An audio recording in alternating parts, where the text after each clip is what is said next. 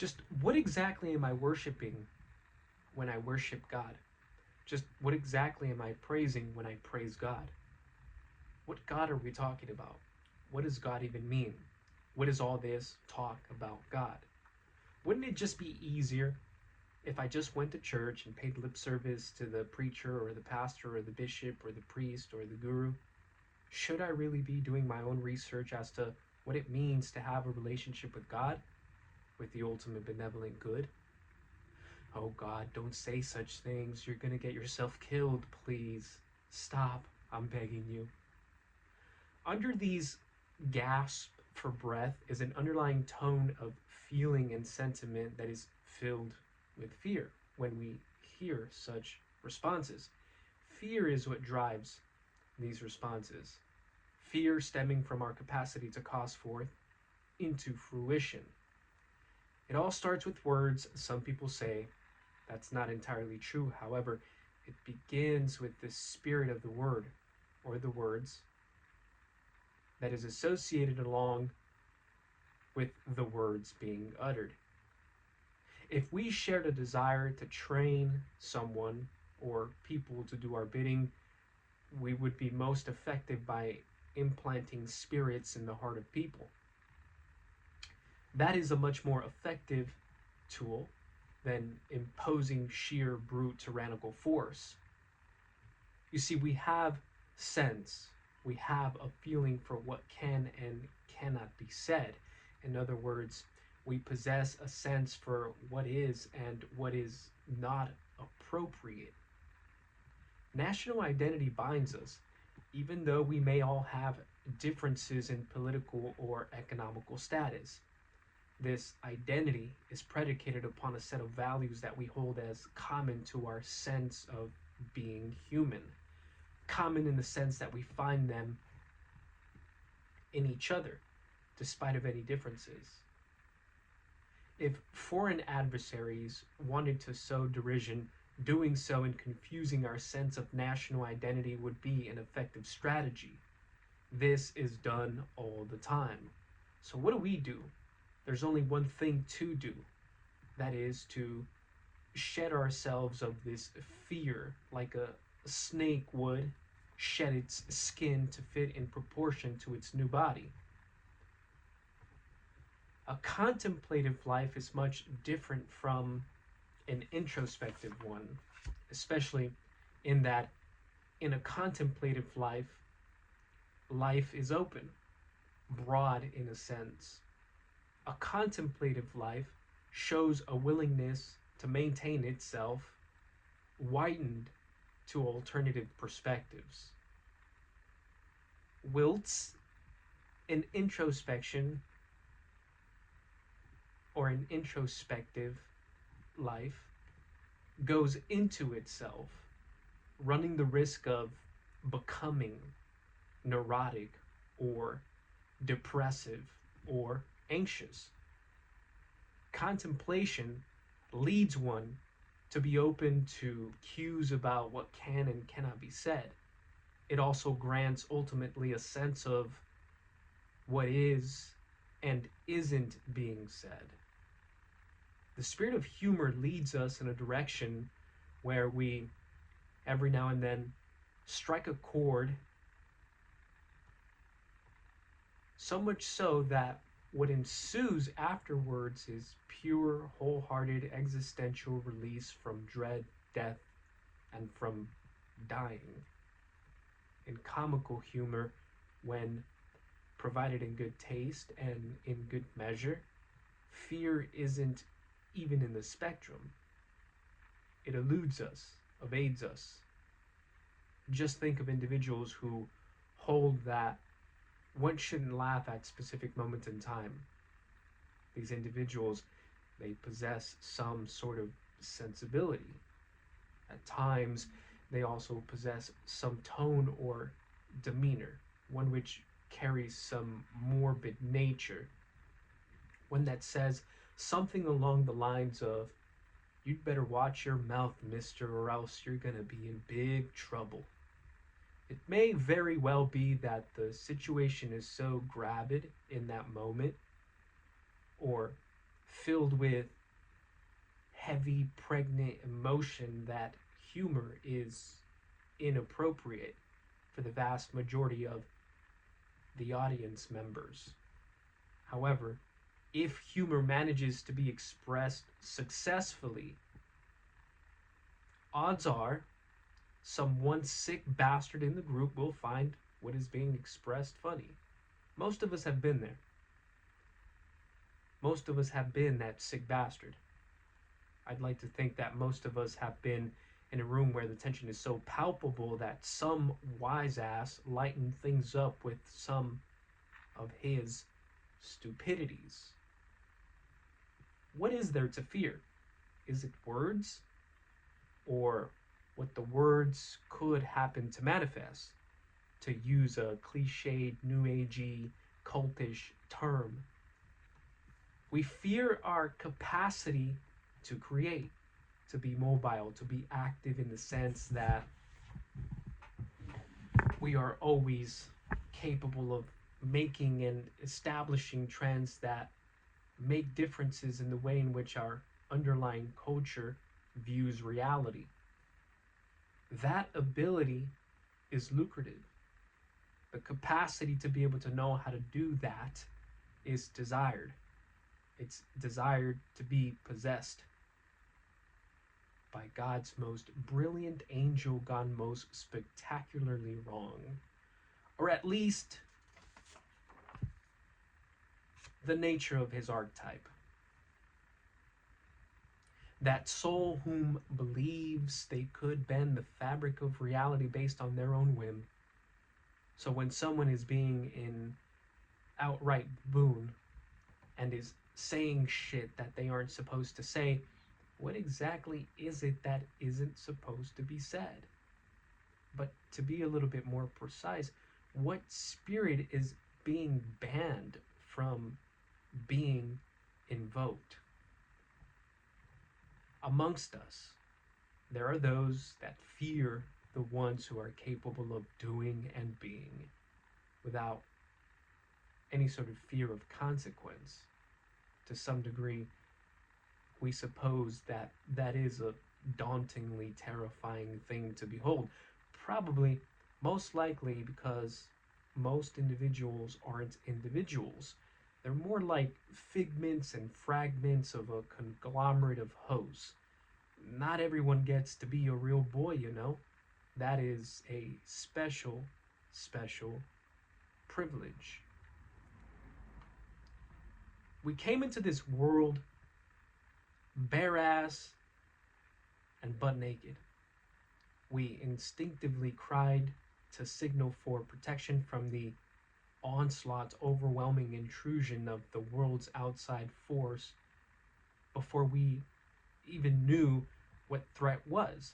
Intuitively, we knew we had to be covered, shielded, guarded of our vulnerability by a mediating set of hands. When we express ourselves and just are, man, we need God's protection the most. It's in those moments when we are most vulnerable, most open, most susceptible. At some point in our lives, we all must face the dilemma of whether or not we want to be who we should be, who we know we ought to be, or whether we capitulate to the prescient conscience of the time, the one that time wants us to be. The prescient conscience isn't always to the best interest of the sovereign human individual. That much has been clear throughout our history. Just look at China, where one can't so much as take a shit without the Communist Party knowing what one had for dinner the night before. Wuhan, you're not leaving the bathroom. You had steak for dinner last night when you were supposed to have cricket cutlets. 8 hours of punishment for you, No leaving the bathroom until you've learned your lesson. All hail Xi Jinping! Meanwhile, after 8 hours, you've finally came outside, spick and span, well, because you've been in the bathroom, only to come and find out that there is a mob of your neighbors and relatives bashing you because you didn't praise Ping loud enough or hard enough in the repentance program. My God, talk about hell. See, God is the ability that enables us to come up with creative ways to say, fuck all that. It may be with some clever notes or anecdotes for our more sophisticated friends. Right, gringos? Hey, ¿cómo está? Here we are. We see you. We love mucho la Disneylandia y la Gringolandia. Please, don't deport my cousins. They just want a better life for their families. Or whether it's generating a sense of creative ingenuity in form of sheer and utter stupidity for our less sophisticated friends, saying something like, "Hey Holmes, take it easy when I'm walking down the street in my Dodger cap, eh? This isn't red or blue. I'm literally colorblind." Are we starting to get a picture? God enables us to stay on our toes. He, and most particularly His Spirit, that very same Spirit that moves and flows through us, is what enables us to tippy-toe in perfect manner alongside chaos, alongside potential. In some instances, it's what enables us to dance with it. God is that very same potential that renders us to say, holy shit, whenever we see a 3,000 foot in diameter meteor heading straight into the center mass of an outside planet.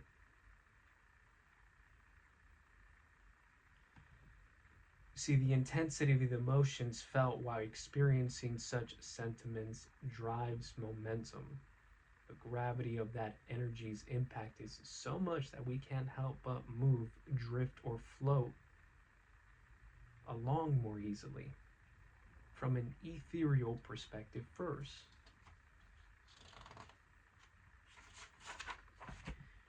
In other words, God is the deeply profound force which shakes us to the core for the betterment of our soul's salvation. Consider this, ponder this for a minute, contemplate this for a second. Is it unfathomable to think that individuals who have lived their entire lives, or a majority of their entire lives, in capitulation to the dictums of mob rule, only ever have one response to someone's nakedness, to someone's lack of self-consciousness? The one of shuddering and enclosing, of shunning and damning, of bracing or subduing. Why would it be otherwise? After all, God is radiant in His glory, majestic in His proliferation, frightening to behold for some. However, those are our ways of responding to Him because of our senses. Such responses are signs of an awoken psychic being.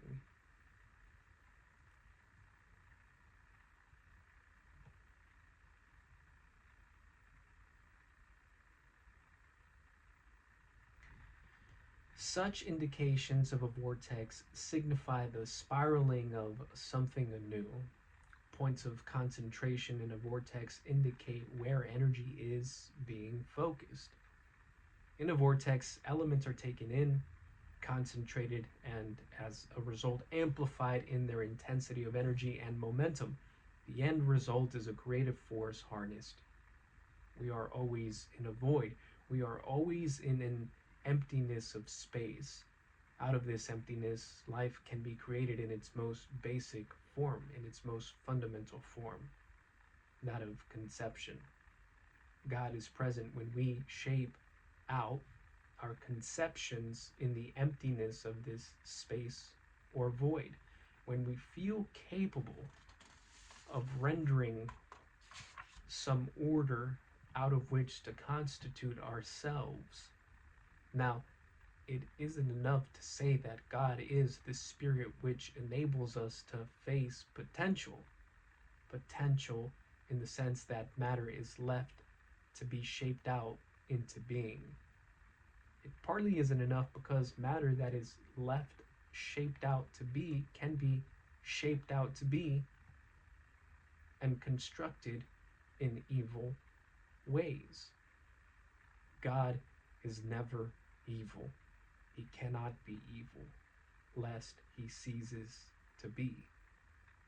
And that simply cannot be. Otherwise, we wouldn't have order out of which to exist. God is what enables us to strive toward shaping being in the service of humankind, never at the expense of truth. Through the gift of consciousness, we can come to know between what is good and what is evil.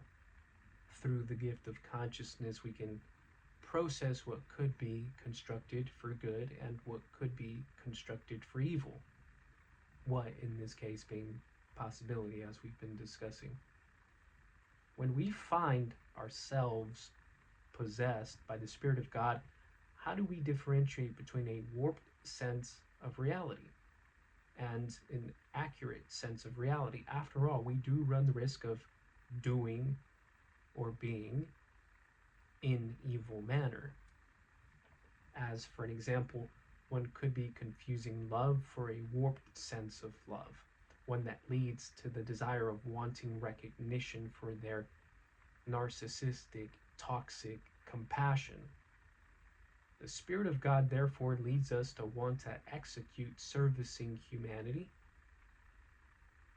with precision and with steadfastness, a kind of love that is constructive in nature, that enables us to build with mankind in mind, not only in our peripherals, but our entire purview as well. A kind of spirit that perpetuates itself, producing more of its kind with exponential goodness, amplifying itself at greater levels every single time it duplicates itself out.